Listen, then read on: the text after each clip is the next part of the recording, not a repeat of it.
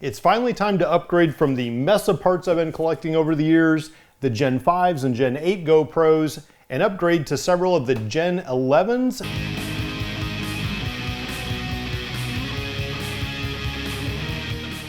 I've been using GoPro cameras for many years now, starting with the Gen 1 I bought for a trip to Colorado on the motorcycle. The product worked great. It was one of the easiest, just plug it in and use. The only thing I did wrong with that one is I didn't fully understand the settings when I started using it, so I didn't record it in the highest resolution, and you can definitely tell it looks a little bit grainy. I eventually added some Gen 3s, some Gen 4s, and at some point I decided to standardize on Gen 5s. That way I didn't have to mess with different cases for mounting to the helmet or the car or the bike, and I was pretty happy with the Gen 5s. I waited until the Gen 8s came out and I tried a couple of those. Over the years, there's different features that get added and upgrades. One of the biggest ones, of course, is Wi-Fi connection. And the ability to be able to control the camera on and off and look at the footage from your phone is a huge deal. We started with the fob, and then they'd have the little Wi-Fi button on the side on like Gen 4 maybe or so. And with Gen 5s, it became very easy to just connect with your app. This is especially useful for checking or turning on and off the cameras around your vehicle while you're inside the car, especially if you want to check to make sure that the camera didn't hit a bump and change angle on you or something like that. We've gone through generations of accessories like the battery backpack. We've had the ones that have the screen on it so you could more easily see what you're aiming at. But depending on where your camera is, sometimes that's a little bit difficult because then you're trying to get underneath and see that way. But again, with the phone app connectivity, that makes it so much easier because you can just adjust the camera and check on your phone. The reason I upgraded to the Gen 8s was because of the ability to film in the dark. The light adjustability feature on it is definitely improved over the old Gen 5, so it does a much better job of taking night footage. It also feels like it's a little bit better about connecting to the phone app than the old Gen 5s. However, the Gen 8s are actually the most disappointing of any GoPro that I've ever bought for several reasons. One of them, the battery life on it is actually less than what the old Gen 5 was. The second problem is also around the batteries. These batteries look a lot like the ones that go in the Gen 5 except with this blue top. However, when I use the Gen 8 to sit in the garage still and not be on a bike or car where it's in the airstream, the cameras got really hot and I started losing footage. And when I say losing footage, it basically would film, but eventually it would freeze to a still picture and it would continue to record the sound. And I'd never had that problem with previous generations. Both of these Gen 8s continued to do that even on the bike in the wind where they should be staying plenty cool. So the ability to film with these is completely unreliable. I can't say that every Gen 8 camera is going to do that, but I can tell you both of the two that I have, it's been a real problem. The other thing is that sometimes after using it, I'd try to pull these batteries out and they wouldn't hardly come out. And what I actually realized is these things were swelling inside the device. These are lithium batteries, which means they can be dangerous if they get too hot and start on fire. So the cameras would get really hot. I'd try to pull the battery out, and you can see this is the pile of 4 batteries that I don't even feel safe using just because of how much they swell. You can kind of see how the edges are bowed out. That's because the inside swelled under that heat. So after using these and feeling how hot they were and seeing them swelled, I went out and put them on the grill because I was actually afraid to have them in the house, and heaven forbid they start fire and burn the house down. It's a problem I never had with the Gen 5 or earliers, but it's been a real problem with the Gen 8s. So I have all this wasted money in batteries now, and I can't trust the cameras because they're unreliable with the footage. I also had the screen shatter on one of them. Now granted, it was mounted low on the motorcycle, but it was facing into the wind, so a rock couldn't have come up and hit the back of it. It would have hit the front if anything. But it did shatter that back screen. Now I don't think that actually affected the ability to use it, it's just more of an irritation. What I do like about the Gen 8 is this built-in bracket here that flips out the little ears and then screws into your mounts. That's actually kind of cool because you no longer have this external case like I've been using for the Gen 5s. All that said, when the Gen 11s came out, I wanted to try these and see how they work compared to the other ones. Hopefully more reliable, hopefully no battery problems. And the other thing that I can already see I'm going to like about this is they do have a screen on the front. So when you're putting it in place, you can actually see the front of it to make sure its view angle is correct. One of these is actually the special bundle one. And then I also picked up a GoPro Max. I've never had one of the 360 cameras by GoPro or anybody else. So I wanted to try one of those as well with these 11s. and see what kind of cool footage I can get for my YouTubes with this one. These are some of the accessories that either came with the bundle or that I purchased separately. This is a pass-through door for the side of the camera. The reason this is important for what I do is I recently installed a chin mount for the GoPros on my motorcycle helmet, and this is something that it's going to allow me to plug the microphone into the camera so that I can have a microphone in the helmet and it'll record my voice as opposed to just picking up wind noise around me. And all these, of course, are USB-C now. GoPro makes these Enduro batteries that are supposed to be a little bit better for weather sensitivity, I guess. So I wanted to try those just to do everything I could to avoid these lithium battery issues I had on the Gen 8s. And sometimes for these GoPro things you want to watch because sometimes their emails will be worth it, like, you know, 15–20% off or buy one, get one free type stuff. So that's where I got most of these batteries. We're just trying to kind of watch for the deals. Save a few bucks where you can, as this stuff does get expensive. All right, so what I've got are the 2 charging units, double each. I've got 6 of the Enduro batteries. I've got 4 cameras. At least this gets me 2 batteries for each of the 3 GoPro 11s to start with, and then my pass-through door. Now let's actually look at one of the GoPro 11s. It does have a nice list of all the features down the side. The one thing that jumps out is I notice it does have voice control. That'll be interesting on a motorcycle because if I'm recording into a microphone going into it, will I say something that accidentally changes a setting or turns the camera off or anything like that? It does say waterproof up to 33 feet, which is nice. Again, without having the old ones where you had to put kind of this waterproof camera on it, you can use these just as is. And then it's mod ready if you want to do one of those packages. It does say it's got 5.3K 60, it's got 4K 120 and 2.7K 240 for film settings. And for camera, it's 27 megapixels. And you can do 1080 live streaming with this as well. Also says it has Hyper Smooth Stabilization 5.0. And you will notice on some of the older GoPros that it is a little bit shaky sometimes. So the stabilization has come a long way on these too. I will say I like the presentation. It's got a nice little case to it.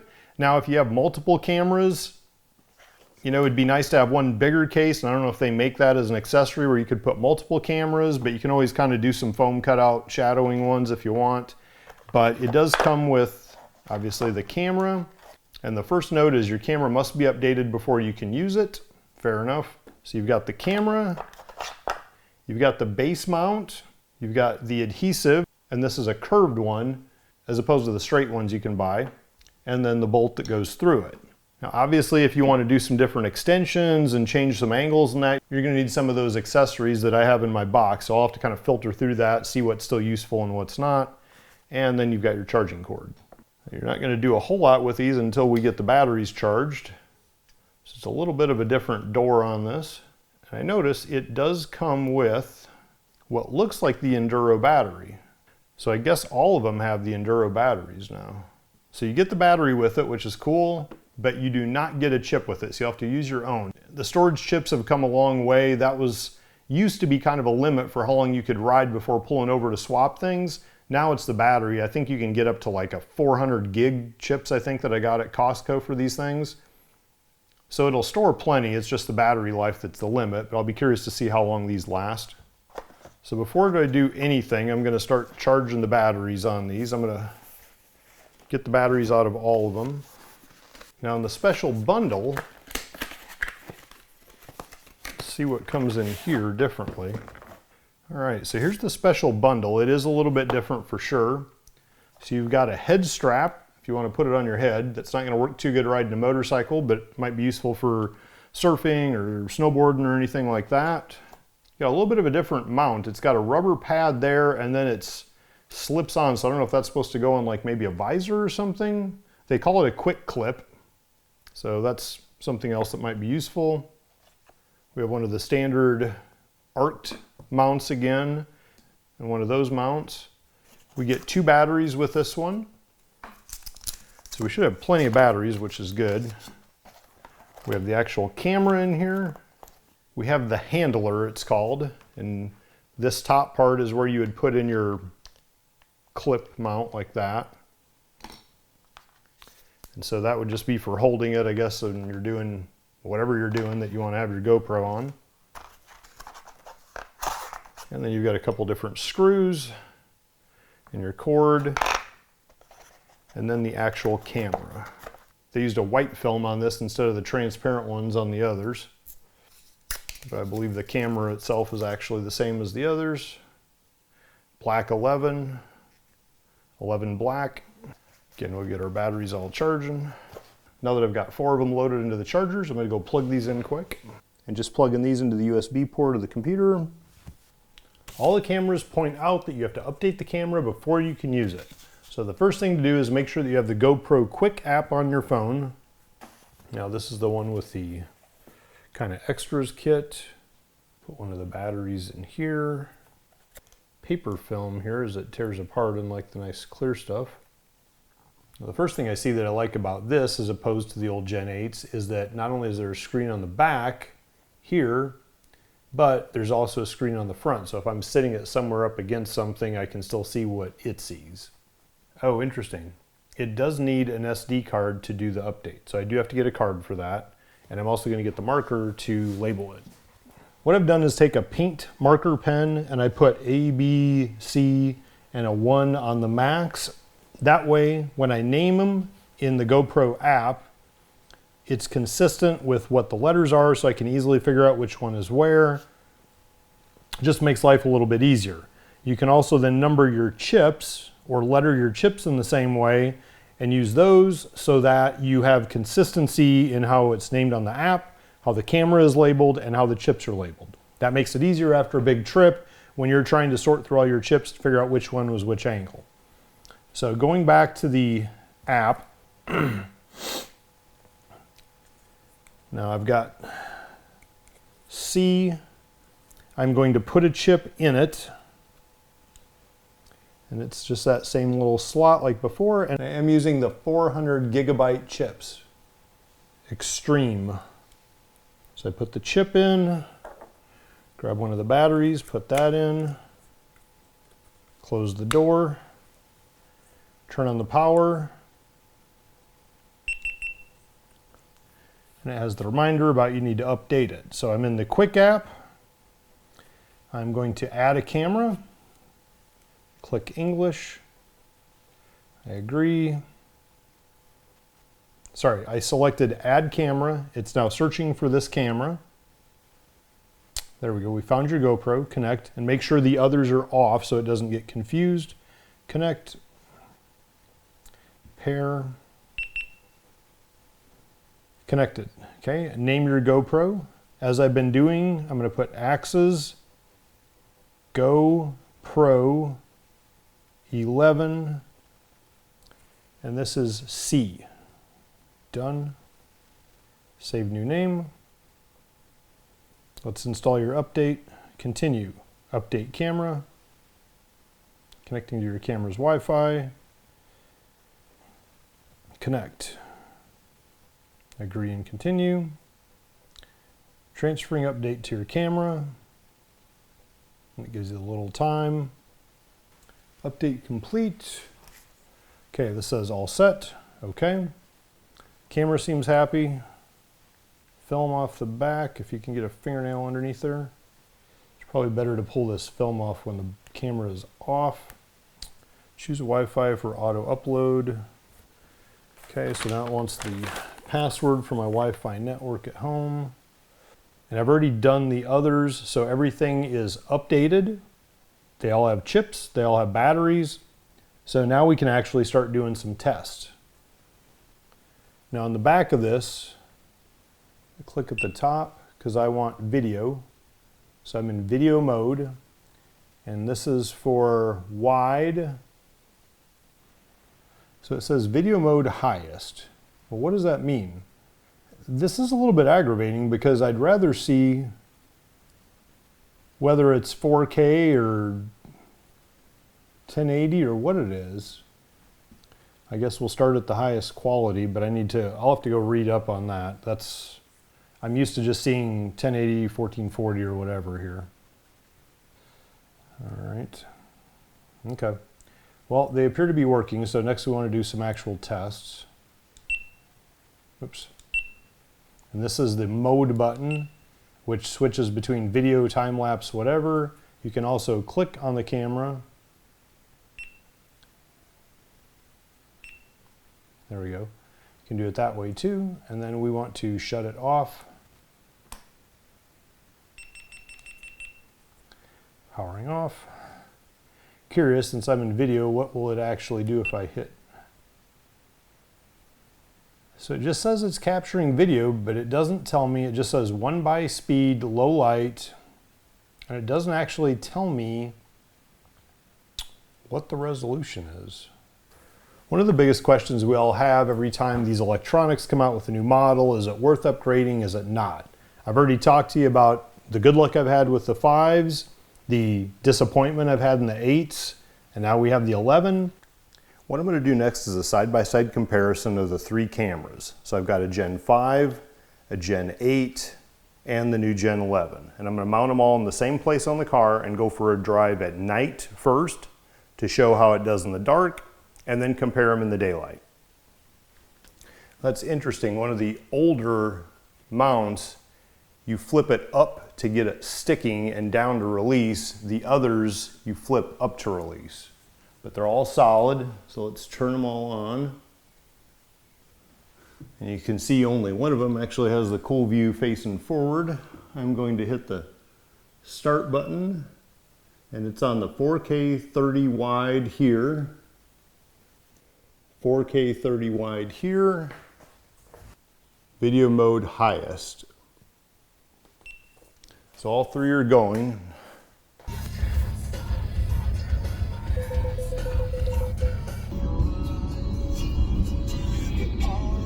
A few minutes ago, I noted that you couldn't tell exactly what the resolution was going to be. It just said the highest resolution is all allowed me to select. So let's see what happens when you actually take some footage, and let's say here's Gen 11, and let's say I bring over some footage onto Premiere, and down here we have the Premiere, and if we pull it up, you can see here, and it looks like it's the normal 4K like all the other footage I bring in from the other cameras. However, if you grab the scale in Premiere and you shrink it down, you'll notice that it's actually bigger than 4K. In fact, 73 is right about where you get the exact fill. So if you go 72, and you see just a hair of a black border around the edge. So that's why I just move that to 73, and then that way you're getting the max fill. So it is significantly bigger in image as far as pixels and all that goes to your normal 4K. So just bear that in mind. If you go out and film with this thing, you don't actually know what the resolution is. You need to shrink it down to a 73 ratio to process it. Here we're starting off in the daylight. The Gen 5 is noticeably lower quality. It looks kind of dull, I guess, for lack of a better word. The Gen 8 looks a lot more crisp, but a lot of what I've noticed in that range of models is there's almost too much contrast sometimes, it seems like. And this isn't showing it quite as bad, but you can see how sort of overdone or a little bit too much saturated. Maybe that's a better way to say it. The sky looks a little bit too saturated. And then if you look over at the Gen 11, it's pretty well balanced. You have a nice crisp view, but the colors aren't overdone. And obviously you can adjust a lot of these in post-processing, but the better your film starts with, the better your end product is going to be. And one thing I mentioned earlier is about the lighting adjustment. And so here you can see as you go under, and you kind of get in the dark in that, you can kind of see a little bit of a flash and adjustment in the Gen 8, I guess. But again, Gen 11 seems to be nice and crisp no matter what. Now we have our night view. So you can see the old Gen 5, everything was pretty dark. Now in the Gen 8, it's a little bit lighter. but there's a little bit too much of a warm tone. Actually, I almost like the way the Gen 5 looks in the dark better than Gen 8. But Gen 11, again, it looks the best to me. It seems a little bit smoother as well. You can see there's not so much drastic in how it's not, you can see it's not quite so drastic in how it handles the lights and darks. And there you could kind of see how they handle vibration or bumps. And it's definitely a lot smoother on the 11, so that's a good sign too. Overall, I'm very happy with the Gen 11 and what I'm seeing so far, and hopefully it continues to impress me. The biggest concern again are going to be the batteries, and I just won't know if that's an issue until I start using it more. Subscribe to my YouTube channel below and let's celebrate turning fuel and air into adrenaline!